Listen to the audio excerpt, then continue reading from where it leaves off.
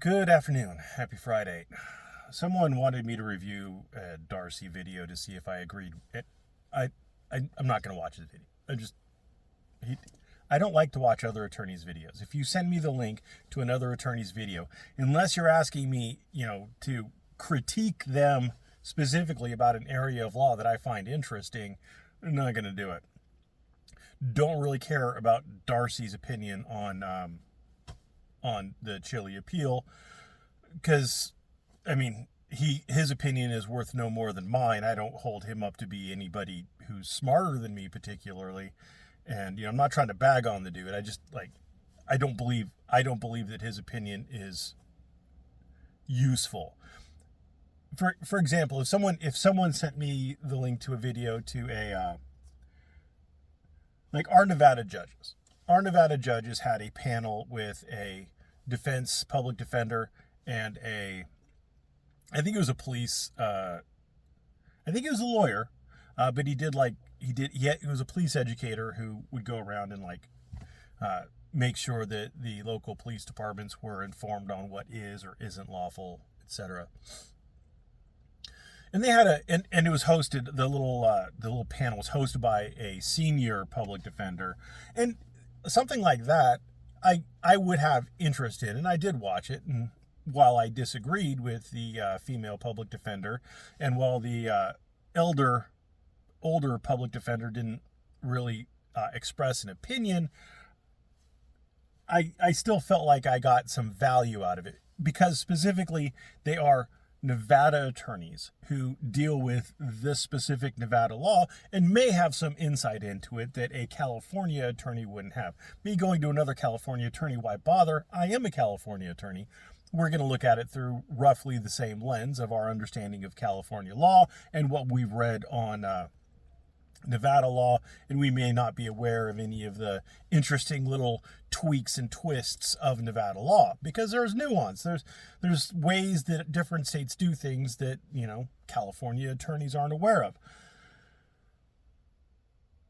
So that being said, I do want to say that yes, I have in fact already given my opinion. I gave it a long time ago when I reviewed on a live stream. I went over the state's response to Chille's appeal, their opposition brief. And when I finished reading that, here is my basic analysis. My basic analysis is that Chille has I would guess, somewhere around a 10% chance of prevailing on the initial obstruction charge. And the reason why I say that is because both Chille's attorney and the state's attorney agree that Bork didn't seem to care about the interactions between Chille or the distance between Chille and the driver until Chille talked to her. Well, that's speech, right? And you're going to say, well, the state brought up this Supreme Court case, and the state brought up this particular case where a court looked at the right to counsel when an attorney went and was talking to someone who the police were attempting to detain, etc. And I could distinguish every single one of those cases, and I did. The Supreme Court case, I'm not going to say it doesn't matter, but for our purposes, I don't believe it matters, because this is a Nevada law, and the ultimate arbiter of what a Nevada law means is the Nevada Supreme Court. And right now, or the highest court in Nevada to have looked at it, which is currently the Nevada Court of Appeals. So their interpretation of this particular law is the most relevant thing. And whether or not the police have the right to control the scene or to operate whatever, that's not a constitutional right. I think it was dicta out of that Supreme Court case. And whatever it is, because the powers of policing the state, the police powers are reserved to the state gets to determine what it will or won't allow its police to do. And the one about the attorney who went in and was talking to his client, there's a couple things there. First of all, the attorney was talking to his client. Second of all, the court wasn't looking at the constitutionality of it. They were looking at whether or not the attorney or the right to counsel allowed for this particular behavior. They determined it did not. And it was decided before Wilson versus the First Judicial District Court. And if you look at the various actions taken in these cases, you could make some distinctions. Like in Wilson, so you can make the distinction.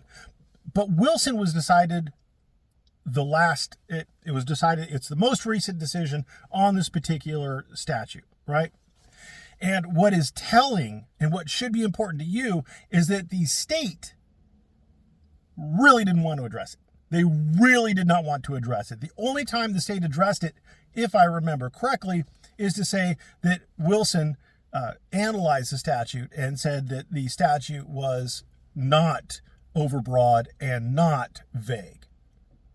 That's the only metric that the state discussed Wilson about. The state didn't lay out the factors. The state didn't say it could only be, well, I think they said it, but they didn't really analyze it. They didn't say, okay, so Wilson says it has to be physical conduct or fighting words. We agree there's no fighting words, but here's why it was physical conduct. They didn't do that. They didn't really break it down. Because the state agreed and the appellant agreed, Chille agreed, and so Bork must have said that he didn't intervene, that it wasn't an issue until Chille talked to that driver. That's the problem. That's the problem. And if you look at what was going on in Wilson, the problem is that Wilson was talking to the young man who was having the issue that the police were out there responding to. Well, in this case, Chille was talking to the woman who was having the issue that the police was responding to. Now, what weighs heavily against it is the lower court saying that it was not about speech. The lower court, the judicial court, found it's a fact that it wasn't about the speech. It was about Chille interfering in the stop physically or something along those lines, right? But here's the problem. The problem is that there is no court above the district court that's going to be able to review anything other than the analysis of law that the district court does. No other court is going to apply the facts to the law. It's going to be the appeals end at the district court. You could get a petition for writ of certiorari to a higher court, the Nevada Court of Appeals or the Nevada Supreme Court, to look at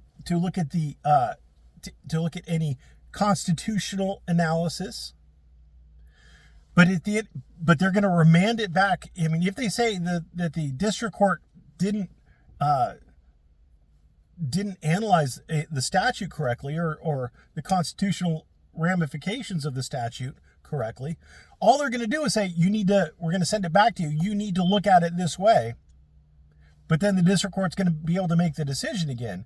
And the district court can craft that decision however the district court wants to, because again, you can't appeal to the higher courts. It's done. There's no court of review past the district court for the appeal. And I know I'm slicing a turd kind of thin, distinguishing between the petition for writ of certiorari and an appeal, but it is and I may not be explaining it very clearly, but it is a real distinction. It is a real distinction that could be a real problem for Chille, because if the district court decides, or it could be really good for Chille, I should say, because if the district court decides that the lower court, the justice court, made a finding that was unsupported by the evidence. Bork said, I only did it after this point in time. There's no contradictory evidence. The video, the body cam backs it. So you got Bork saying it and the video camera, I'm assuming. I mean, I don't remember all the evidence. I don't eat, sleep, drink, and breathe this Chille case, but because both Chille and the state were saying that this is the way it happened, there might not be any contradictory evidence, or there might not be any reason for the Justice Court to come to the decision to find as a matter of fact that Bork was not reacting to speech, that he was reacting to physical actions. The district court could find that the Justice Court effed up in that way. And because the Justice Court effed up in that way, the district court can say, no, I am reversing the district court's opinion on this particular issue and saying it was wrong. I don't give that a high percentage chance, but it could happen. As far as the resisting, and anything is possible. Judges make mistakes. Courts of appeals make mistakes. Supreme Courts make mistakes. I mean, it's really hard to say a Supreme Court makes a mistake unless a subsequent Supreme Court says we made a mistake, and now we're basically eliminating that decision from the line of viable cases by holding something completely different now and saying that prior decision was wrong. That's really the only way the Supreme Court could be wrong. I mean, no matter what you think or I think or anybody else thinks, the Supreme Court's decision on what a law means is final. But that being said, so the district court could make a mistake about the resisting. I think it's pretty obvious he resisted. I don't think the district court has to give any weight to him saying that he wouldn't have intentionally done it. It would have been a reaction that he learned to brush hands away from when he was wrestling. I think it would be an error, but who are you going to appeal it to? If the district court does set aside the court's finding of fact on that particular issue, but the district court could do it. And those are the only two things I think he really has a chance on. Again, the court could make a mistake on the ineffective assistance of counsel and, well, in my opinion, make a mistake and say that me provided ineffective assistance of counsel. Nothing that Chille has set forth shows me ineffective assistance of counsel. Nothing. He hasn't ticked any of the boxes, so I don't know what the fuck he's trying to do. It's a stupid argument to make, and he can't support it. So the with the small chance that the district court makes a mistake set aside, if we disregard that, then the only thing that Chille has a reasonable chance on, and by that I put it down around like 10%. The only thing he has a reasonable chance on is that Wilson versus the First Judicial District Court of Nevada, that decision and the analysis in it, if it is applied to Chille in the way that I'm suggesting, i.e. that it wasn't his physical proximity, it wasn't a physical thing, it was him talking to the driver, just like in Wilson, it was Wilson talking to the suspect, that caused me to react, not me, Bork to react. If the court takes that tact, then Chille has a chance. And again, it's a low chance, but there is a chance there. So I just want to be clear about that.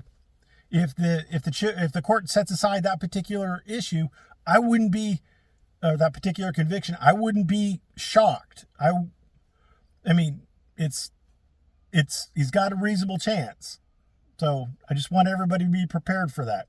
I am assuming that Darcy said the same thing. I'm assuming that. He doesn't seem like a stupid guy. And he probably watched my video where I said that there was about a 10% chance for Chille to succeed on the obstruction charge getting over, or the obstruction conviction getting overturned. So he probably watched that. He probably knows where I'm coming from, and he's probably parodying it because he understands that I'm smarter than he is. But I'm assuming that he's not saying anything really different, that there's a substantial likelihood that Chille's convictions won't be overturned, but there is a possibility. You know where I stand. There's the margin of error kind of judges make a mistake on everything except for the obstruction conviction, and on the obstruction conviction alone, I'd give it about a 10% chance of Chille prevailing. So there you go. There you have it. I'm on the record. I'm locked in. But again, if that 10% hits, I won't be surprised. Maybe it's a little higher, actually. Now that I'm thinking about it, I wouldn't be surprised if it was up around a 1 in 3 shot of Chille prevailing on that issue. Just on that issue. So, because the more I think about it, the state's reluctance to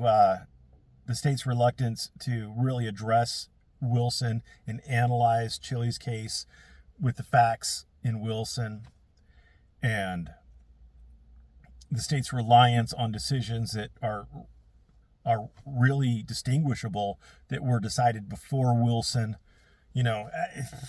it's a bit of a problem for me. So let's see about. I'm gonna amend it. So I'm gonna say about a 1 in 3 shot of Chille actually prevailing on the prevailing. But it won't be because of the brief. I want to be very clear about that too. Chille's attorney's brief sucked balls. Just so you, I, and everybody else are aware. That brief wasn't that good. The state's brief was much better. But the court has the power to do things, and the court might look at it and be like, well, I have to do it this way because of Wilson, etc. So blah, blah, blah. Anyway, thanks for watching. I've rambled long enough. I got a ton of work to do. I was here till like after 8:30 last night. I'll probably be here till 8:30, 9 o'clock tonight. Woo! Fun stuff. Thanks for watching. Have a great day.